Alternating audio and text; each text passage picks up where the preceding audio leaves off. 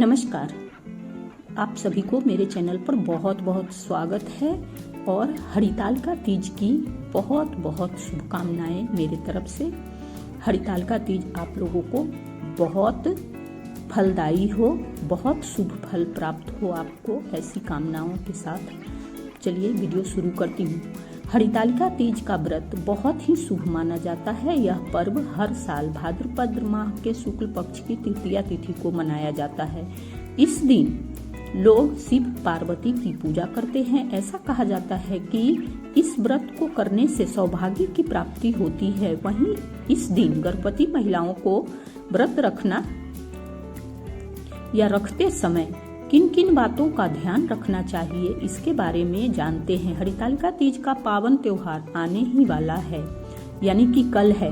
यह मुख्य रूप से भाद्रपद माह के शुक्ल पक्ष की तृतीया तिथि को मनाया जाता है। इस बार यह व्रत 6 सितंबर को मनाया जाएगा। इस दिन लोग भगवान शिव और माता पार्वती की पूजा करते हैं। ऐसी मान्यता है कि इस दिन शिव पार्वती की पूजा सच्चे भाव के साथ करने से सुख और शांति की प्राप्ति होती है, साथ ही जीवन में खुशहाली आती है। तो इसलिए विधि से इस दिन से जुड़ी कुछ प्रमुख बातों को जानते हैं, जिनका पालन गर्भवती महिलाओं को करना चाहिए। गर्भवती महिलाएं अगर हरितालिका तीज का व्रत पालन करना चाहती हैं तो डॉक्टर की सलाह अवश्य ही लें। गर्भवती महिलाएं निर्जला व्रत पालन ना करें। पहले महीने से लेकर तीसरा महीना तक व्रत ना करें। व्रत के दौरान आराम करते रहें। गर्भवती महिलाएं झूला ना झूलें और फल, जूस आदि का खूब सेवन करें।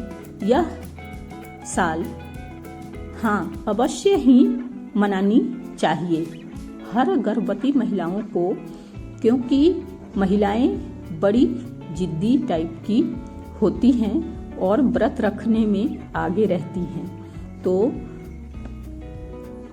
बीच के अगर आपका टाइम चल रहा है, जैसे 3 महीने के बाद का बीच का टाइम, तो आप व्रत रखना चाहें तो इस विधि के हिसाब से रख सकती हैं और अपना ध्यान रखते हुए, क्योंकि ये खुशहाली का व्रत है और इसे छोड़ा भी नहीं जाता है, लेकिन फिर भी अपने शरीर के क्षमता के हिसाब से ही व्रत रखना चाहिए और खुशियां मनाना चाहिए। खुशियां मनाना कोई बुरी बात नहीं है।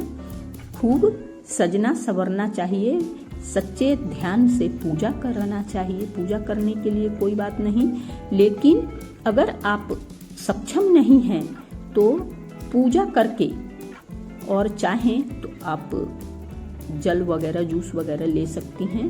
पहले 3 महीने में जैसे उल्टी होती है औरतों को, तो ऐसे भी आपका व्रत टूट जाएगा उल्टी होने में, क्योंकि निर्जला व्रत में उल्टी होगी तो पानी चाहिए।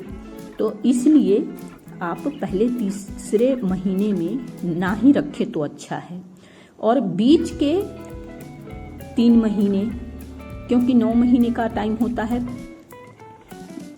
तो इसमें बीच के 3 महीने में व्रत रखना चाहें तो जूस वगैरह फल ले करके रख सकती हैं। लास्ट के भी 3 महीने में नहीं रखना चाहिए, जैसे लास्ट का जो पूरा महीना चलने लग जाता है, तो ऐसी अवस्था में भी नहीं रखना चाहिए मेरे समझ से।